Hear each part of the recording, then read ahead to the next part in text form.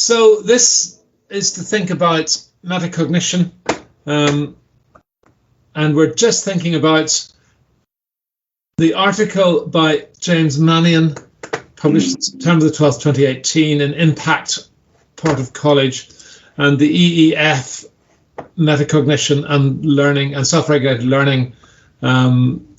I don't know what you'd call this paper, perhaps guidance report. There we go. Yeah, it's guidance. I think there's a lot of the EEF are doing a lot of these at the moment. There's coming out of quite a quantity, but this was 2018 as well, I think. Yes, it was. Yeah, I think it was.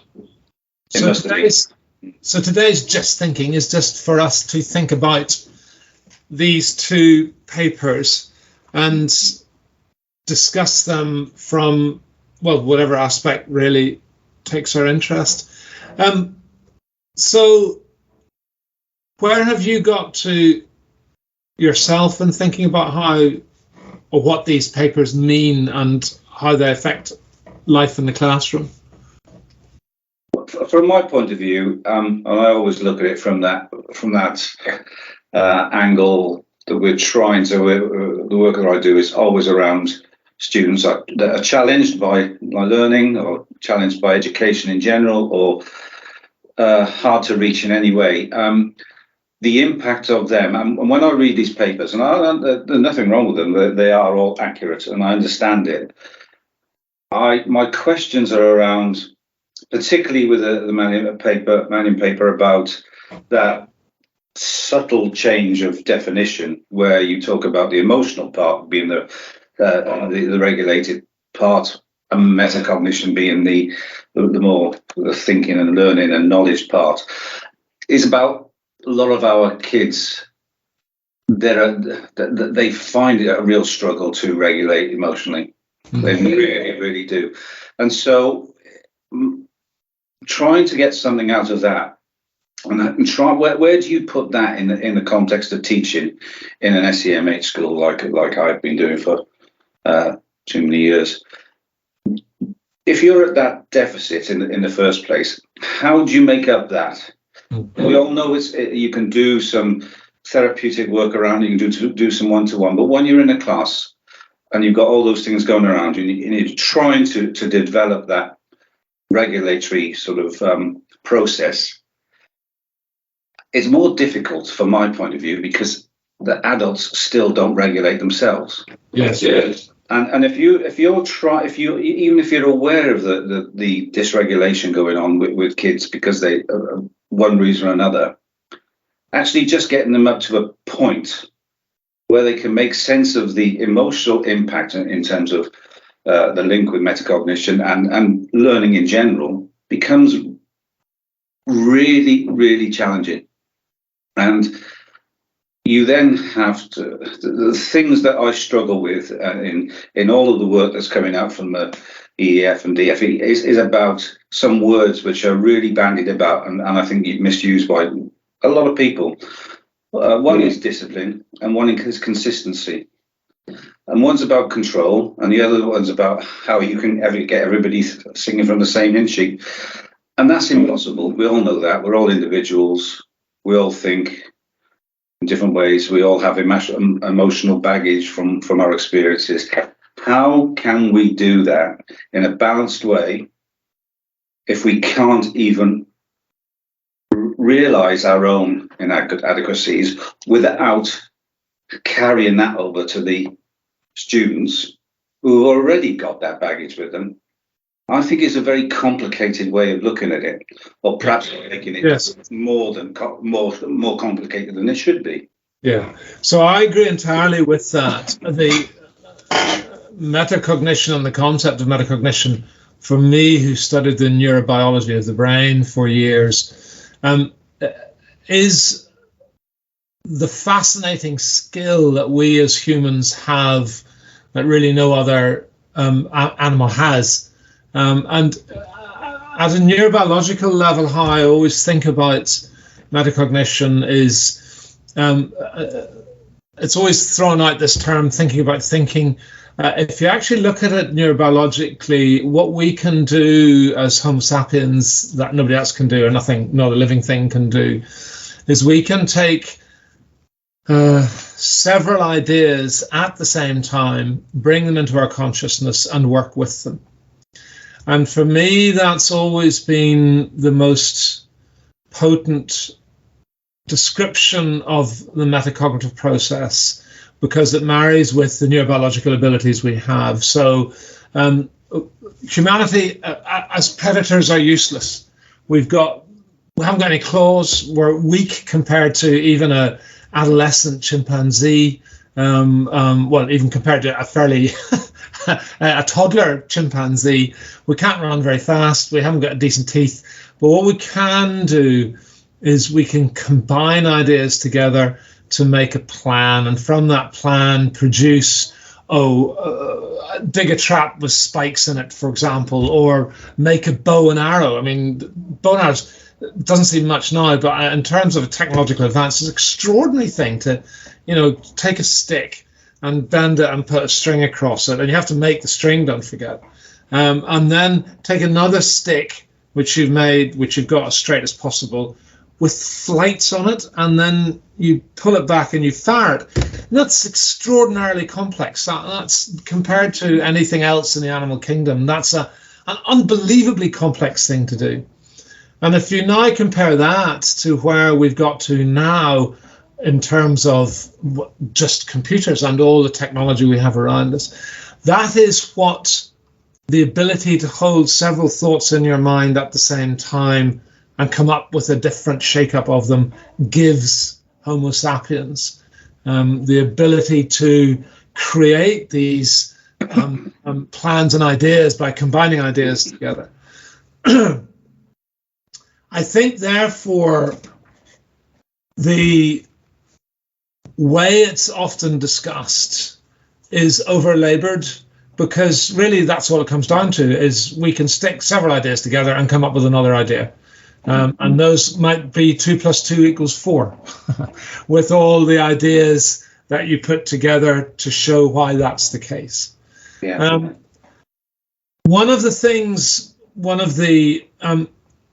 It's not fair to call it a criticism, but one of the comments I'd make on the two papers that we're thinking about is they just throw the term out there, and I felt they were. And I'm interested, you said as well, that they're not really very helpful in the classroom, these papers. You just go, well, okay, so you're talking about metacognition, self-motivation, all these things, but there's no examples here. You're not really showing us how to make that happen. I think they make one or two very good points. I think the EEF article talks about role modeling, which you have just beautifully expressed. And role modeling at a neurobiological level is mission critical to all this. If the adults don't change, nothing changes. And the papers do start to explore the thought of metacognition and emotional regulation. What they don't do is they don't give it its actual simplest terms, and that is mindful mentalizing. So at a neurobiological level, being mindful means now, this moment, you can honestly name your emotions. So you can say, I am feeling angry, I am feeling jealous, I am feeling happy, I am feeling excited, I am feeling interested. And it's the truth, i.e. you are naming the emotion you're feeling. And then mentalizing means you use that thinking brain of yours that can combine ideas together to actually think about, well, why am I feeling angry? Why am I feeling excited? Why am I feeling engaged? Whatever it happens to be. Because that's the core event that has to change to produce these self-motivated learners that both papers say metacognition will produce. Metacognition won't produce that. Metacognition is just simply combining of ideas together in your head. If combining those ideas together produces a result from which you experience reward, then at a neurobiological level, you will seek that reward again. And that because it's a good feeling. I feel rewarded. I got 2 + 2 = 4 is right, or whatever happens to be. So metacognition is just your your thinking brain combining thoughts together, but it's all the other processes that then have to go on. So am I being taught by an adult who I respect, where I feel there's a mutual understanding, where I feel that when I'm with that person, my confidence is better, my self-esteem is better. All these things at a neurobiological level are triggering and preparing the reward mechanisms so that when you do some metacognition, and it ends up with the correct results, and that adult who you feel those things about goes, that was good, you worked hard to achieve that, I like that. You've then got a great big reward stimulus in your brain, which is a dopamine-based thing, which you will then want to seek out that reward again. So you start becoming self-motivated in your learning. You can then, sorry, Neil, just to finish on that thought. You can then add metacognitive techniques on top of that, because you can go, okay, I am mindful, I can name the fact I'm feeling reward. Okay, let's think about why I'm feeling reward. Well, I'm feeling reward because I got that problem, I solved that problem correctly, and Mr. Davies made me feel good about that. And that's, all teachers have always known this. You don't have to dress it up with metacognition and all these words. That's just a simple chemistry that happens with all excellent teachers. One of the things I would strongly criticize Mannion's article about is that in his so what section at the end, he makes this statement: in this way, teachers can see why it is important to provide students with regular opportunities to monitor and regulate their thoughts, emotions, and behaviors, such as through weekly and termly goal setting and review sessions, peer tutoring, or using learning journals. Now, those are entirely metacognitive things. They're just thinking. There's no emotion involved in those. And what he does not say is that teachers can see why it is important to provide students with regular opportunities to view them role modeling, mindful mentalizing, so that they can learn those skills and techniques, learn more about their own behaviors, and then work out why they want to do these metacognitive processes. Because metacognition in and of itself is dry as dust. I mean, you know, if you want to really do metacognition, sit and listen to someone talking in Latin when you don't care about Latin. But think about the Latin. Will you think about the Latin? But I'll bet you when you come out of that, you will have remembered almost nothing about Latin, because you had no emotional investment in what was going on. And neurobiologically, dopamine is the neurochemical which triggers learning. Dopamine is only produced correctly in situations of reward or anticipation of reward. Metacognition in and of itself is simply not rewarding. It's the much broader canvas that it sits on around emotionality and reward and those sort of things that makes self-motivation happen, so more metacognition happens. Yeah. So a couple of things from that. The first thing is, do you think we overthink it? And overthinking it makes it very dangerous because we just miss the point of it completely. We think too much into these theories.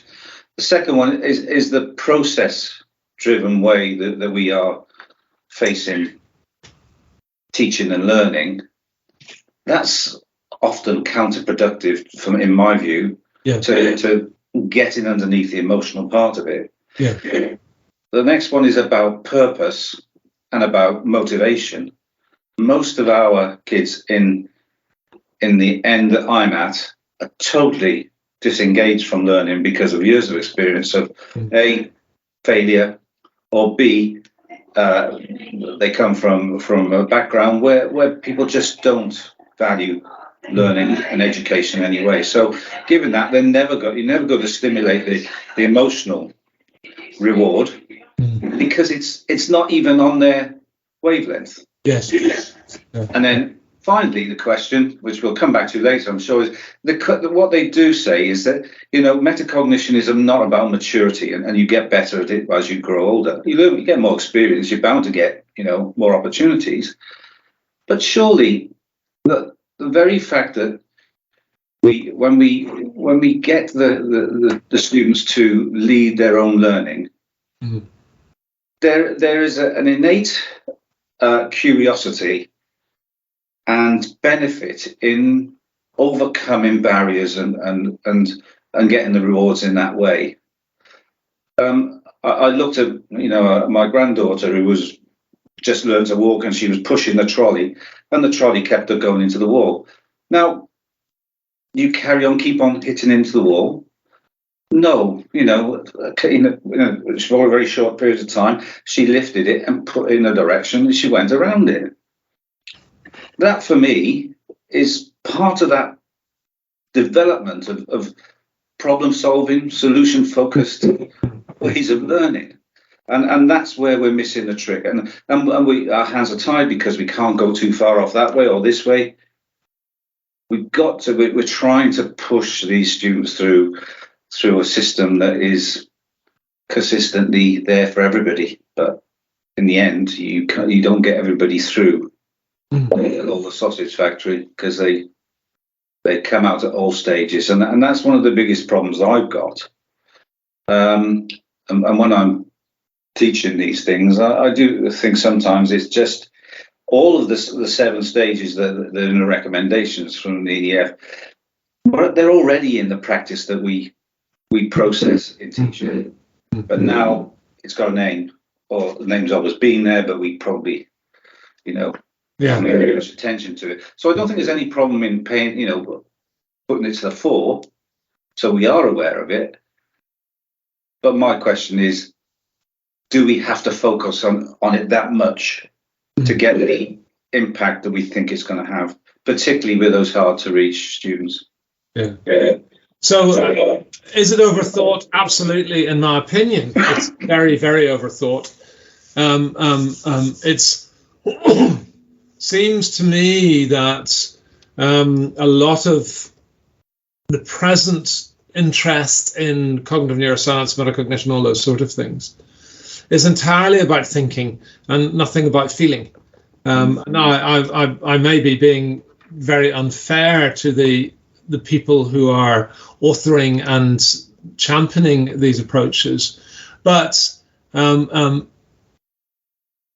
from everything I read, all I'm getting is stuff that I think about up here, but makes me feel nothing. Whilst we know neurobiologically, as I've said, it is that connecting with the emotions first that optimizes learning, not connecting with the thinking brain first. I am interested in the EEF. If we look at those 7 processes that you talk about, the very first one they list as number 1 is teachers should acquire the professional understanding and skills to develop their pupils' metacognitive knowledge. And it goes on to make some I agree entirely, very strong statements. Self-regulated learners are aware of their strengths and weaknesses and can motivate themselves to engage in and improve their learning. That's what we've just been talking about when we're talking about the reward system. Yeah. That if an individual is being mindful and mentalizing, so an example might be, instead of solving the problem, they're now feeling frustrated because they can't solve the problem. The first step, ideally, would be for them to stop trying to do it and going, well, hang on a sec, I'm feeling very frustrated. Why am I feeling frustrated? Because I can't solve this problem. Or I'm feeling flat, or I'm feeling disconnected, or whatever it happens to be, because I can't solve this problem.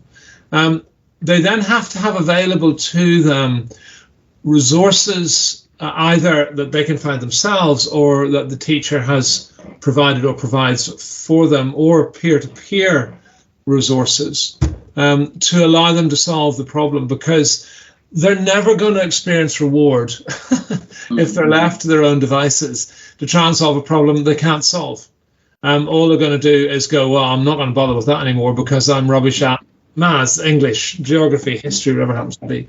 And that's where we get down to self-regulated teachers are aware of their strengths and weaknesses and can motivate themselves and their pupils to engage in and improve their learning.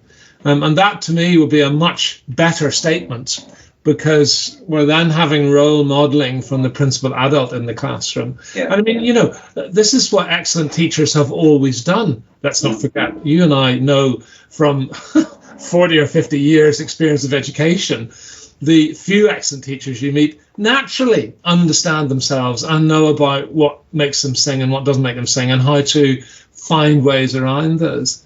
But what we need is that every teacher is a self-regulated learner who is aware of their strengths and weaknesses in teaching, which is probably the same strengths and weaknesses as in their own learning process, it has to be said, because teachers or everyone is inclined to teach from their own strengths. But in fact, if you teach from your own strengths, you're probably not teaching to the strengths of 30 or 40% of your classroom. So you must understand your own strengths so that you can explore your weaknesses and develop techniques which allow you to overcome your weaknesses, because then you're going to go, wow, I'm quite good at maths. I was always told I was rubbish at maths, that's why I'm an English teacher. But in fact, when I think about it and use different techniques and stuff, I can solve these problems.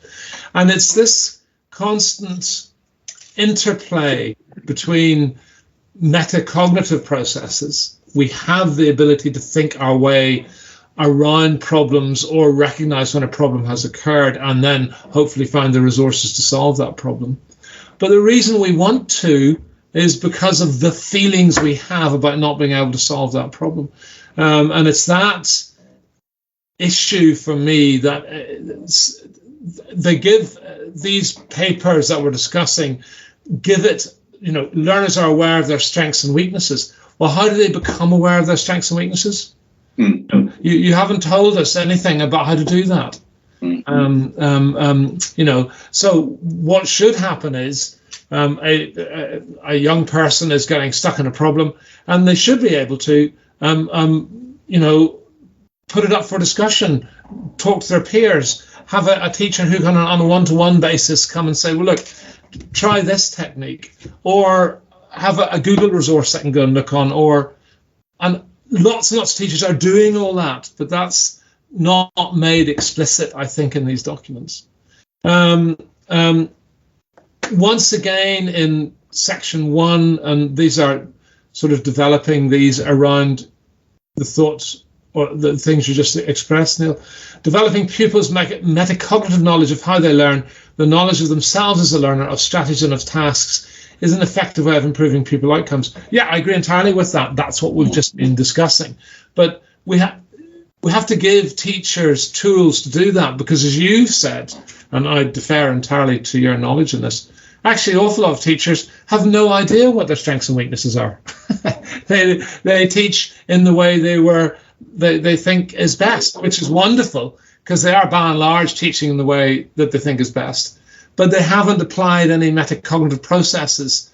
They haven't done any mindful mentalizing about how they teach and why in their class 30% of the pupils are not scoring where they want them to, and they're not scoring where they want them to because there's a failure of the interface between the teacher and the pupil. And for me, that starts as this emotional one-to-one connection, which is I am with someone who I trust, who I feel safe with, who I feel respect for, and who I have a mutual reciprocal interaction with. Therefore, I will want to do things that will get me that individual's recommendation. You know, you're doing a great job. You're working hard. Well done. I really like what you're doing. Yeah. And look, here's another way of thinking about that. So, or even just a simple question. Okay, stop. What are you feeling? Well, I'm feeling frustrated. I just want to get this. I can't see how to get this. Okay, cool. Good place to start. So let's now take a step back. You understood it up until when? Now, what most teachers will say, particularly second teachers, say, oh, we haven't got time to do that with every pupil. Well, yes, you do actually. When you initially start doing it, it will take longer. But the more that pupil learns that process and learns that just doing the process generates reward, because you are giving one-to-one attention and are helping them with it, and they're going, oh, wow, I get that now. And they will then increasingly become self-motivated, increasingly not need the same level and intensity of support. Yeah, I mean, the other thing about that is that, you know, a lot of our the students that we deal with, they can't verbally communicate their emotions, so they all control their behavior. Yeah. Behavior is then treated in a different way because it's, you know, we still live in this sort of a controlled sort of mechanism in schools, but the adults still have to have control. Yes, therefore, it doesn't happen. And that, I mean, that's that. Well, except that's realistic. I think it depends how you define control. Yeah, absolutely. Adults, we know that the developing brain needs healthy limits, which are, you know, reasonably wide apart, but nonetheless are a limit. When you reach them, that will be calmly, kindly, but when necessary, toughly enforced. The problem we have, I think, is the limits that are placed in most schools, particularly secondary schools, are so close together that, of course, a significant percentage of children is going to fail to conform to them. And if your solution is then permanently exclude them, well, you as the teacher who did that, you're a failure. You have failed that pupil. And that pupil is only a young person with a developing brain. You failed them. And okay, you can rationalize that and say, well, I had to exclude that pupil because the behavior is so bad, the rest of the people in the class couldn't learn. That's a perfectly valid argument.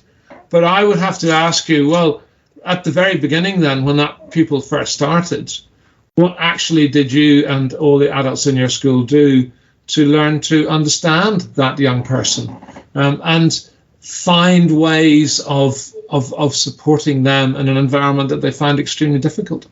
And no, it doesn't always work. And yes, we still have a strong need for special schools, where is people who have, well, mostly very good expertise in supporting individuals to be individuals. One of the things that has excited me a lot over the last 2 or 3 years in terms of solutions to everything we've been talking about both in the last session and this one, and which I mentioned before, is this model of learning called expeditionary learning, which you and I have discussed often in the past. Expeditionary learning provides everything that those 7 steps in the EEF recommend as a school-wide delivery of a way of optimizing learning in every pupil. Anyone who's listening to this, expeditionary learning, just put it in Google and go to the Wikipedia entry to get yourself started. And I can tell you factually, it delivers completely on these 7 recommendations without confusing or adding unnecessary complexity, because it's all about the adults changing so that the children change, so that the entire school environment promotes optimized learning in each individual. And it fits pretty much perfectly with our neurobiological understanding of how to optimize learning. Yeah. And I'm going back to that point about, I know control is an issue, it always will be, but as you said, it's the way you manage that control. Yes. If you're in a situation where it becomes coercive and everything is going to be driven by sanctions and punitive measures, then there is no emotional reward in that at all. There might be in certain cases, actually. There's that turn it around, and they will get justification from it. But what we're trying to do is the only person who can change their behavior is the person who holds that behavior. Therefore, they have to understand it. A lot of our kids don't understand why they're behaving the way they are. And therefore, in my experience, lots of adults will say, well, they're just being naughty, or they're being willfully obstructive, all those sorts of things. We don't try and unpick it. And I know there's that issue about capacity to do that. But it's like, when you say you're preparing for something, you prepare well. You don't necessarily have to do that same preparation again and again. It's a sort of a mission in returns, because you get more out of it at the end than you do at the beginning. But that's life, isn't it? Yeah, and it is a very steep curve. So if you have a school where your behavioural policy is rubbish, where you permanently exclude a high percentage of your children, you are so far below ground zero, it's not true. And for you and that school to change is going to be massive. And that, of course, is a hurdle. And, I'm not in any way being unsympathetic. I absolutely get my wife as a head teacher, and I absolutely get the amount of work and pressure and stress there is on being a teacher. But the other side of that coin is, you're probably that child's last hope. And if you also fail them along with everybody else in their life, well, no big surprise, they're going to end up on drugs, alcohol, in jail, committing violent crime, and so on and so forth. We know that children who come from abusive family backgrounds have a substantially reduced life trajectory. And if, as the school and the adults in that school, you simply add to their burden of failure and abuse, well, that I actually don't have any sympathy for. It's not really, I think, the role of a professional to make things worse. But I understand why it happens. But that's partly driven by process, isn't it?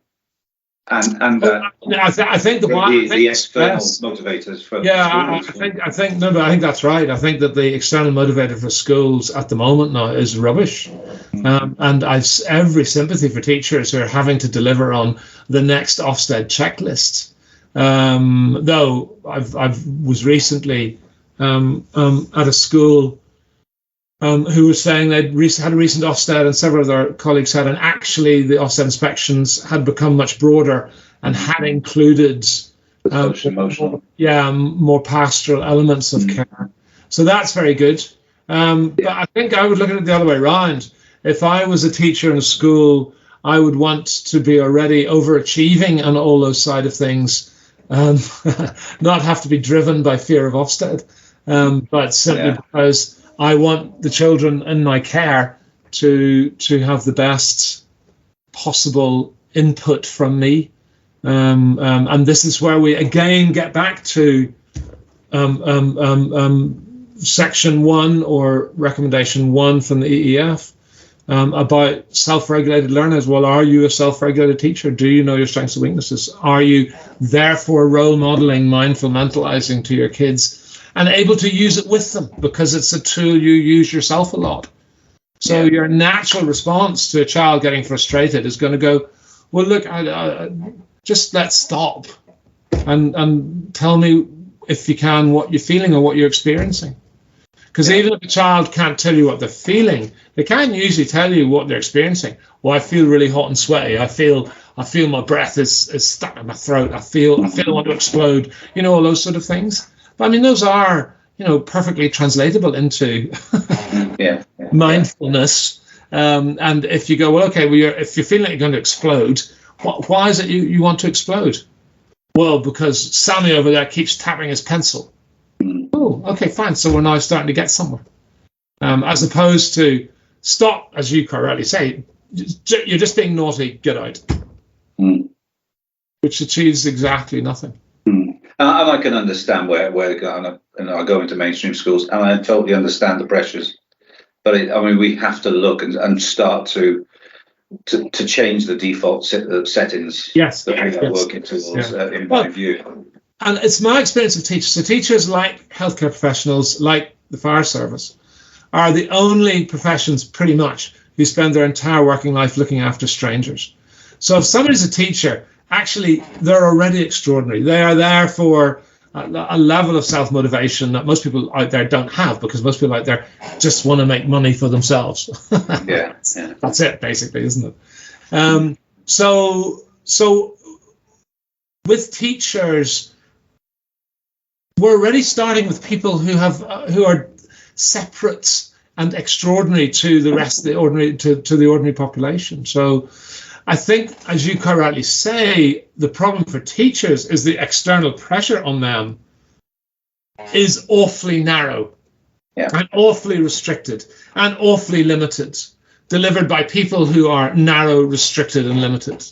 And the teachers, no big surprise, just focus that on the children, because the teachers, need to achieve those very narrow limits. And they only do that because the children achieve those very narrow limits. And that's a no-win situation for everybody. Everybody loses in that situation. Yeah. I mean, one thing, once again, and I don't mean to bang on about it, but expeditionary learning delivers all the Ofsted outcomes in spades. I mean, seriously well, without anyone ever actually having to pay any attention to Ofsted outcomes. You know, one of the things then, just once again, to get back to our papers that we're discussing, the EEF3 is the closest we get to the sort of thinking that we're talking about today. Model your own thinking to help pupils develop their metacognitive and cognitive skills. What an unbelievably powerful statement. Yeah. But what incredible amount of hard work it takes for any adult to achieve that, which is, of course, why they don't try, because they go, whoa, that's too big a mountain. We're not going to be able to climb that one. Of course you can. You just start one step at a time. Yeah. But that's role modeling. And they go on to say, modeling by the teacher is a cornerstone of effective teaching. Revealing the thought process of an expert learner helps to develop pupils' metacognitive skills. But you can only do that if you've already thought mindfully about what you do and thought about why you do it. Because otherwise you can't verbalize it, because you've no idea how you do it yourself. And this gets us back to principle one, that you have to be aware of your own strengths and weaknesses. You have to be able to name your emotions honestly. You have to be able to then think about why you're feeling that emotion. And once you've started on that step, first of all, for you, it's extraordinary how much you stop repeating the same mistakes, because mindful mentalizing is well known to help you not keep repeating the same mistakes through your life. But secondly, you're now starting to role model exactly what the EEF wants you to do in their number 3 comment. Yeah. Teachers should vocalize their metacognitive thinking. What do I know about problem solving, about problems like this? What ways of solving them have I used before as they approach and work through a task?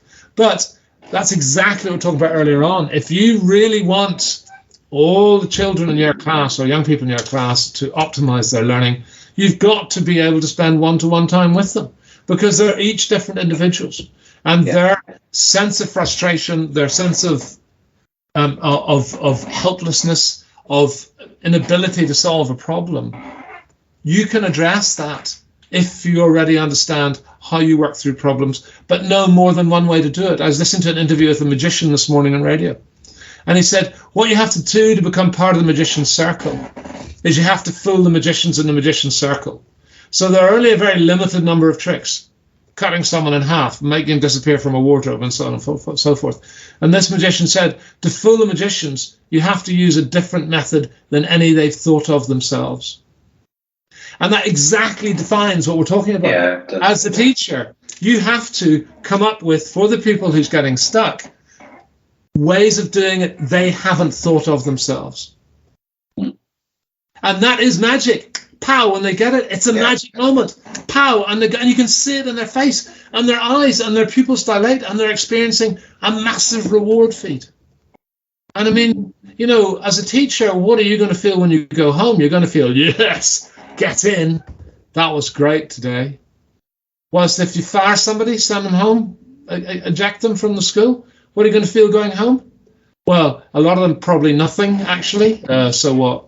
But, for the ones who are well motivated and genuinely enter teaching for a love of peoples, they're going to feel, that was crap. I hated having to do that. Yeah. But we haven't got a system in the school. We haven't got a way of dealing with these kids. And therefore, they get fired. Yeah. Yeah. And I think you summed it up nicely there. It's just, that's what we're dealing with. No matter what end of the spectrum you're on in terms of education, you're always ended up in solving problems that you really don't know the answer to. Yeah. Oh, absolutely. And that's level.